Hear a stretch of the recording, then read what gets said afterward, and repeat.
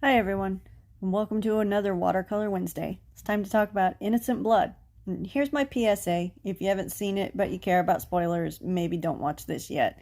If you, like me, love vampire movies, then you've probably seen it during the almost 30 years it's been out, but just in case, spoilers. So, yeah, there's spoilers. This movie was always kind of a favorite of mine when I was a teenager. I don't remember how I watched it or when, but I remember it being fun and silly with just the tiniest bit of horror and an adorable vampire lead, plus like Don Rickles, who's always fun to watch. This one is directed by John Landis, and while they didn't play that up too much here in America, it's known as a French vampire in America in some countries to help play off of that An American Werewolf in London connection. Sometimes I wonder how it got made. It's funny and kind of a love story, but it's set in the most drab, gross city at this snowy gray time of year. Sorry, Pittsburgh. Everyone's in long coats and scarves because it's cold. The whole thing takes place mostly at night, and the city is like just kind of dark and dirty, with only the snow making it look good. The vampire effects are laughable, with technicolor eyes, deep voices, and no fangs at all.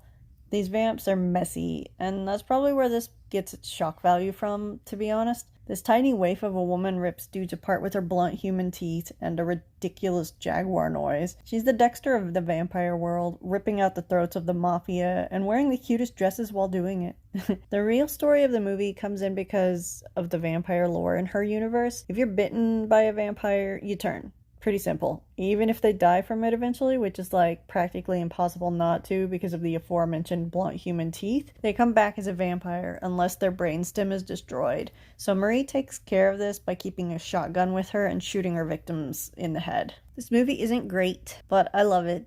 While the vampires aren't particularly scary and are more laughable than anything else, you really like Marie. Not so much her exasperated human boyfriend, because seriously, I have no idea why he ends up sleeping with her.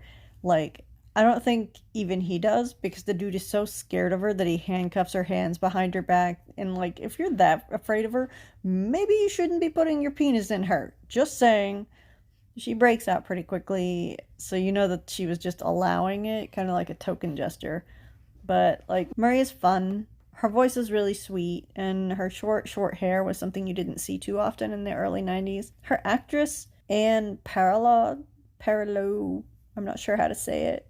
She was a French ballerina. Test audiences said they couldn't understand her, and they wanted her voice dubbed in, but thank goodness they didn't. Her delivery is charming, and pretty much all the memorable lines in the movie are delivered by her. This movie reminds me a lot of the 1982 version of Cat People, except funny, and better, and less sexy, and less gross. So maybe it doesn't remind me of it at all, and the only thing they have in common is two brunette women with short hair and compunctions about killing people. Oh, and a song. Cat People lays claim to a really memorable David Bowie song that is, like, not great. And removed from the context of Cat People, maybe it would be okay, but it's inextricably linked, like, forever. And you can't ever forget that. It fits though, because it's not shoehorned in. It's more like built from it. The song plays at the beginning and it's a mood setter for the dirtier, more ominous cat people. Whereas Innocent Blood just swoops in with I Wanna Make Love to You, this goofy ass, bouncy, happy song that is so 90s it fucking aches. I was laughing so hard when it came on. It's not even a guilty pleasure, it's just a fucking pleasure. It's ridiculous. So do yourself a favor and find it. It's by Rhythm Syndicate, because any band with two Y's in it has to be good, right? I don't know. Leave me alone. This movie's charming. And even if the effects are bad-ish, there are some standout parts. Like when the Don Rickles vampire burns to death at the hospital. The effects department takes some time here to let you know that they know what the fuck they're doing. And you know what? Don Rickles did a great job in this movie, and he said it was the highlight of his career, so it's pretty cool that the best effects scene in this movie is his death. So, like, I guess that's it. This is a fun, silly movie that isn't scary, has a love story, some bad and then some pretty amazing effects, and most importantly, it doesn't take itself too seriously. Also, like, unaccountably, some just straight up full frontal nudity.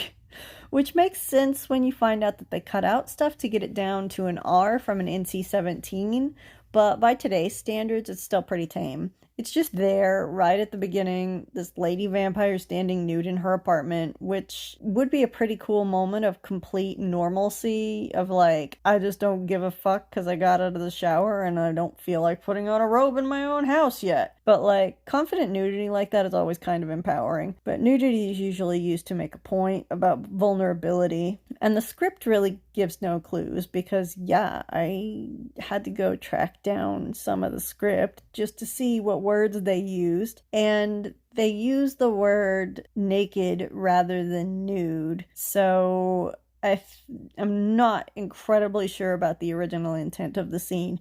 Whatever the case, Landis makes it more confident and nude territory than naked territory. So it's still a pretty solid moment to paint our vampire lead as a bit of a badass. But Innocent Blood is out on DVD and Blu-ray. And if you ever see the Blu-ray, just grab it because like it's the only way to see it in widescreen here in America. And according to Landis, it's a much better print made straight off the film negative, so it should be looking pretty good. There are some other versions out, like the ones in, I think, Germany are about 20 minutes longer. And I think those are also called Bloody Mary or Bloody Marie instead of Innocent Blood. But like, that 20 minutes that they added back in was actually cut by the director, so he didn't like them and thought that they slowed the film down. So the Blu-ray edition is kind of the definitive edition. The director's opinion is probably something to go by. But I hope you guys have enjoyed this look at Innocent Blood. It was kind of fun to watch it again and do a little bit of research, but since this one is from 1992, there wasn't a lot that I could find for behind the scenes stuff. And what I did find was mostly just retrospective interviews from like years and years later. But it's a fun movie, so check it out if you can. I hope you guys have enjoyed this Watercolor Wednesday. I'm going to try to do some more movie reviews every once in a while, but they're kind of hard to put together sometimes, so there'll be fewer and far between, but I still hope you enjoy them. And if you guys want to help me pick out what movies we do next and everything, make sure you check out my Patreon at patreon.com/amberstonedraws, or just check out my website, amberstonedraws.com. But thank you. Have a great day. Bye.